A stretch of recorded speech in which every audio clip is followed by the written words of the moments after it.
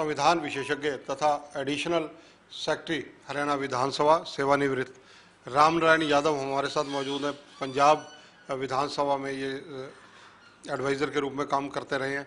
हरियाणा विधानसभा के अंदर जो खेल हाल ही में हुआ वो खेल क्या था, कुलदीप बिश्नोई का भविष्य टेक्निकली क्या होगा, जब कांग्रेस स्पीकर को चिट्ठी लिखेगी, इन सब मुद्दों पर चर्चा करेंगे यादव साहब से। यादव साहब, स्वागत है आपका। धन्यवाद जी। यादव जी, सबसे पहला सवाल कुलदीप बिश्नोई को लेकर, उन्होंने क्रॉस वोट की, अब वो किसी से छुपा हुआ नहीं है। क्रॉस वोट करने के बाद कांग्रेस ने उनको CWC और कई महत्वपूर्ण पदों से हटा दिया। बतौर विधायक, अगर कांग्रेस की आला कमान या प्रदेश कांग्रेस कमेटी लिख कर देती है स्पीकर को कि ये हमारे सदस्य नहीं है, तो क्या भविष्य रहेगा कुलदीप बिश्नोई का? देखिए, ये तो कांग्रेस का इंटरनल मैटर है, वो उनको निकाल सकती है और स्पीकर साहब को लिख के भी दे देंगे और लिख के दिया भी जा सकता है, लेकिन ये डिस्क्वालिफिकेशन के अंडर नहीं आता। अगर वो डिस्क्वालिफिकेशन की लिख के देंगे तो वो डिस्क्वालीफाई नहीं होंगे। अब उनकी पोजीशन ऐसे ही रहेगी क्योंकि सुप्रीम कोर्ट ने जी विश्वनाथन के केस में, तमिलनाडु के स्पीकर के खिलाफ एक केस में, सुप्रीम कोर्ट ने ये आदेश जारी कर रखे हैं कि अगर कोई आदमी पार्टी से सस्पेंड हो जाता है तो हम पहले उसको पार्लियामेंट्री सिस्टम में अनअटैच कर दिया करते थे। अब सुप्रीम कोर्ट ने कहा नहीं, अनअटैच टर्म कुछ भी नहीं है, अंडर 10th शेड्यूल कोई टर्म नहीं है, इसलिए वो उसी का सदस्य रहेगा जिस पार्टी का है, वो सस्पेंड है, उसकी टर्मिनेट नहीं हुई सदस्यता। तो इनके ऊपर वही चीज़ें लागू होंगी जो पार्टी की होगी। पार्टी इनको डिस्क्वालीफाई भी करना चाहेगी तो डिस्क्वालीफाई नहीं होंगे, ये सदस्य बने रहेंगे। वो अलग बात है कि ये अपने लेवल पर क्या एक्शन लेते हैं, लेकिन ये सदस्य हरियाणा विधानसभा के चलते रहेंगे। जिस राजनीतिक दल से ये चुनाव लड़े, जिस राजनीतिक दल से ये चुनाव जीते, कांग्रेस उसका नाम है।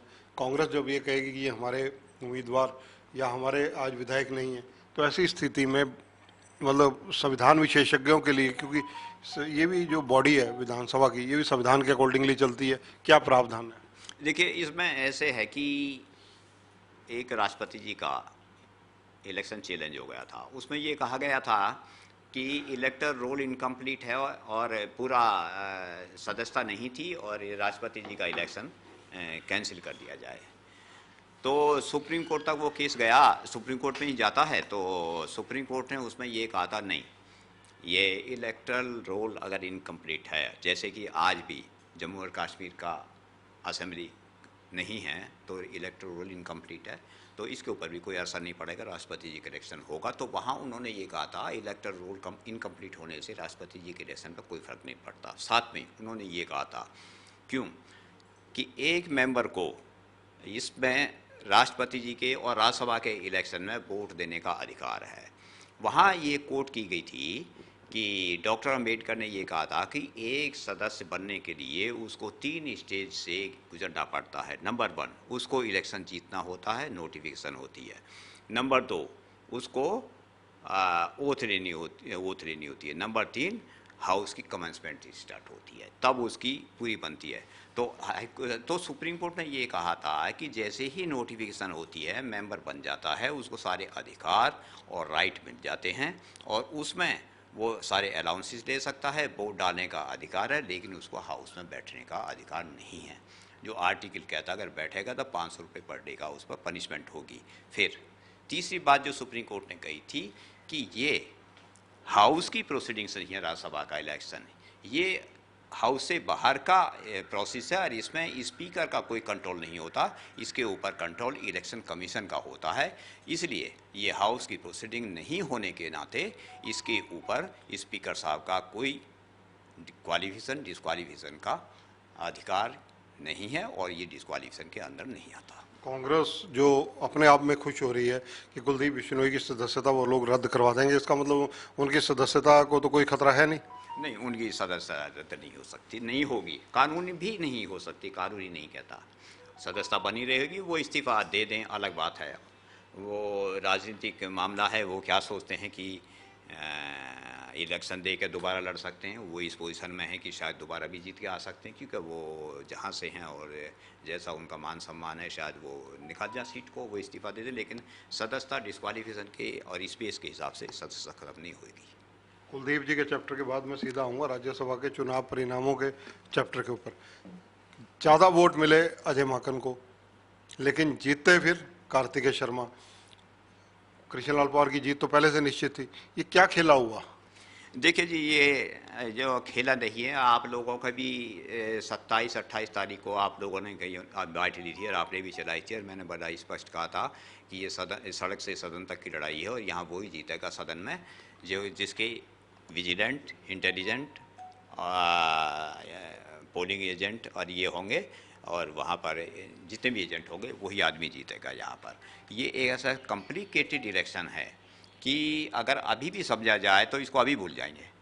तो अब सबसे बड़ी बात यह है कि हम कैलकुलेशन करते हैं हरियाणा की, मान लीजिए कि 90 सीटों पर, थोड़ी देर बाद वो हो जाती है 89, थोड़ी देर बाद हो जाती है 88, तो वो कैलकुलेशन चेंज होती रहती है। तो जो बात आपने कही कि माकन जी ने सबसे ज़्यादा वोट ली, उन्होंने नंबर 1 वोट सबसे ज़्यादा ली हैं, नहीं सबसे ज़्यादा नहीं ली, इनसे कार्तिकेय से नंबर 1 वोट ज़्यादा लिए। लेकिन यहाँ कैंडिडेट 3 खड़े थे, तो इसमें प्रोपोर्शन जो है सिंगल ट्रांसफरेबल वोट का प्रावधान है, जो एक ड्रूप फार्मूला से चलता है। हर आदमी जानते हैं इसको, एक फार्मूला है। ये फॉरेन मैथमेटिशियन हुए थे 1870 के आसपास, इसको उन्होंने इन्वेंट किया था, पूरे विश्व ने उसको माना था, वो आज तक चला आ रहा है। इलेक्शन कमीशन उसी को मानता है, ड्रूप फार्मूला। तो जब ड्रूप फार्मूला से हम चलते हैं तो एक नंबर की वोट को अलग ले लेते हैं, फिर एक नंबर की वोट को देखते हैं कि किस किस की कितनी है, फिर पहला कैंडिडेट उसमें जो जीत जाता है उसको जीत के जितनी उसको चाहिए, जैसे हमारे इस केस में थी, हरियाणा के केस में 2934, तो हमने 30 वोट उसकी लेके पहले कैंडिडेट को जिता दी, 30 लेके बाकी रह गई दूसरी। तो दूसरी के लिए भी फिर वही सिस्टम शुरू होता है, और जो पहले कैंडिडेट से बची हुई वोट रह जाती हैं, जिस पर 2 मार्क किया हुआ है, 2 लिखा हुआ है, प्रेफरेंस नंबर 2 दी हुई है, वो जिसको 2 दे रखी है 2 को ट्रांसफ़र हो जाती है, 2 के पास जाकर वो नंबर 1 हो जाती है। इसमें ये बात है, इसको हर आदमी नहीं समझता। और जब वहाँ नंबर 1 हो गई तो इसमें अब आपने मुझे पोलिंग एजेंट भी उनका बता दिया, ये बता दिया, तो मैं आपको बताऊं कि हम अलर्ट थे। हम इस फार्मूला पे ही चल रहे थे कि हम यहाँ तक चल रहे कि ड्रॉ भी हो सकता है, और ड्रॉ से पहले हम असर्ट करेंगे कि इस फार्मूले से हम डेसिमल तक लड़ाई लड़ेंगे, और जब डेसिमल पर भी हम बराबर बराबर आ गए तो फिर ड्रॉ की बात आएगी। तो हम ये खेला नहीं कह सकते। ये एक जो वहाँ अलर्ट था और जो वहाँ डटे रहे, तो वो डेसिमल की लड़ाई से जीत गए। और इसी वजह से कुछ मैं कांग्रेसियों की बात में हंसी भी आती है कि अभी 8-9 बैलेट पेपर जो काउंट के लिए रहते थे, उससे पहले ही वो बाहर निकल कर जाकर उन्होंने डिक्लेयर कर दिया कि हमें 30 मिल गए। 30 वो एक रिजेक्टेड को भी काउंट करके ले गए, 29 थी उनकी, और बाहर जाकर डिक्लेयर कर दिया। तो ये मैं उस टाइम बड़ी हंसी आ रही थी, मैं उनके बीच में बैठा हुआ था, पर चलो उन्होंने डिक्लेयर कर दी। तो ये खेला नहीं है, ये एक बड़ा सिस्टमेटिकली था। और खेला तो हम भी कहते हैं कि हमने एक बॉल उनकी कैच की, बिल्कुल सही थी, हमने सबसे पहली बॉल कैच की उनकी। अगर उन्होंने रिजेक्ट कर दिया, हमने थर्ड एम्पायर की डिमांड की, थर्ड एम्पायर ने, इलेक्शन कमीशन ने भी कर दी। तो अब वो तो थर्ड एम्पायर तो जो कैमरा बताएगा उसी के हिसाब से करेगा ना कि बॉल ज़मीन से टच हुई या नहीं टच हुई। हमारे हिसाब से वो ज़मीन से टच नहीं हुई थी, उनके हिसाब से टच हो गई, तो हम भी कहेंगे कि हमारी गलत, उन्होंने हमारी रिक्वेस्ट नहीं मानी, रिजेक्ट हो जानी चाहिए थी। तो ये सही हुआ, खेला नहीं था। यादव साहब फर्स्ट और सेकंड, ये 2 चॉइसेस किसी भी जो वोट डालने एमएलए आ रहे थे उनके पास थी। 23 वोट कार्तिक और 29 वोट मिले अजय माकन को। वो सेकंड वोट की जो प्रेफरेंस थी, उसी चक्कर में अजय माकन को विजय श्री मिली, कार्तिकेय जी को। कार्तिक जी हाँ, वो उसी वजह से मिली। जैसे आपको मैंने अभी पहले बताया ना कि पहले राउंड में हम लेते हैं नंबर 1 नंबर 1 की फिर रख देते हैं, फिर जब दूसरी सीट पर आते हैं तो उसमें नंबर 1 में 29 और 23 रह गए, और जब वो सेकंड प्रेफरेंस की ट्रांसफ़र होती हैं तो वो 6.6 थी, वो उधर ट्रांसफ़र हो गई कार्तिकेय जी की तरफ, तो वो 29.6 हो गई, वो 29 रह गई, तो कार्तिकेय जी की जीत हो गई। तो ये बड़ा कैलकुलेटेड बिल्कुल सही है। और सारी इसमें जो सेकंड राउंड चला था, इसमें बड़ा कॉम्प्लिकेटेड और बड़ा ही वो था, उसमें सही वोट कैंसिल हुई उनकी, कांग्रेस की, और सही एक्सेप्ट हुई जिसकी भी एक्सेप्ट हुई थी, चाहे वो इस पार्टी की हो, क्योंकि उन्होंने निशान दूसरी जगह लगाया था, लेकिन वो निशान इलेक्शन कमीशन के लॉ के मुताबिक था और उस पर सारे ही अलर्ट थे और उस पर कांग्रेस ने भी एक्सेप्ट किया कि ये ठीक है और कांग्रेसी एजेंटों ने, और हमने भी वो रिजेक्ट वाली भी माने कि हाँ रिजेक्ट ठीक है। कांग्रेस जो है अब इस मामले को लेकर कानूनी पेचीदगियों में जाना चाहती है, कह रहे हैं कि जो ज्यादती हुई है इसको लेकर कानूनी अध्ययन किया जा रहा है, कितना दम नजर आता है कानूनी पहलुओं में? देखिए जी, जातियाँ तो ये तो बात तो राजनीतिक है, ये तो राजनीतिक बता सकते हैं कि ये तो एक मामूली सी बात है। हम भी केस लड़े हैं, लड़ाई ऐसी भी लड़ी हैं, तो जब कोई उसमें हार जाता है कोर्ट में तो वो कहता है कि वकील बिक गया या सुप्रीम कोर्ट वो या जज साहब अप्रोच हो गए, तो ये तो वो बात है, जब जीत और हार हो गई तो वो तो हो गई।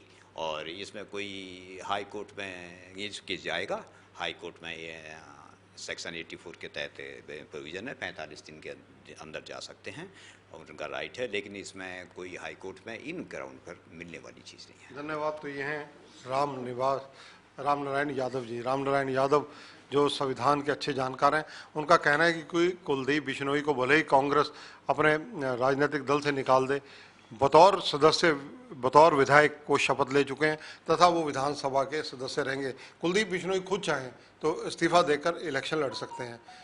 दूसरी बात उन्होंने अहम ये कही है कि जो इलेक्शन हुए बड़े फेयर एंड क्लियर हुए, इसमें जो सतर्क रहा, जागरूक रहा, वही जीता। और जहाँ तक वोटों का गणित है वो पूरा इन्होंने आंकड़ों के हिसाब से अभी हमारे दर्शकों को बताया है।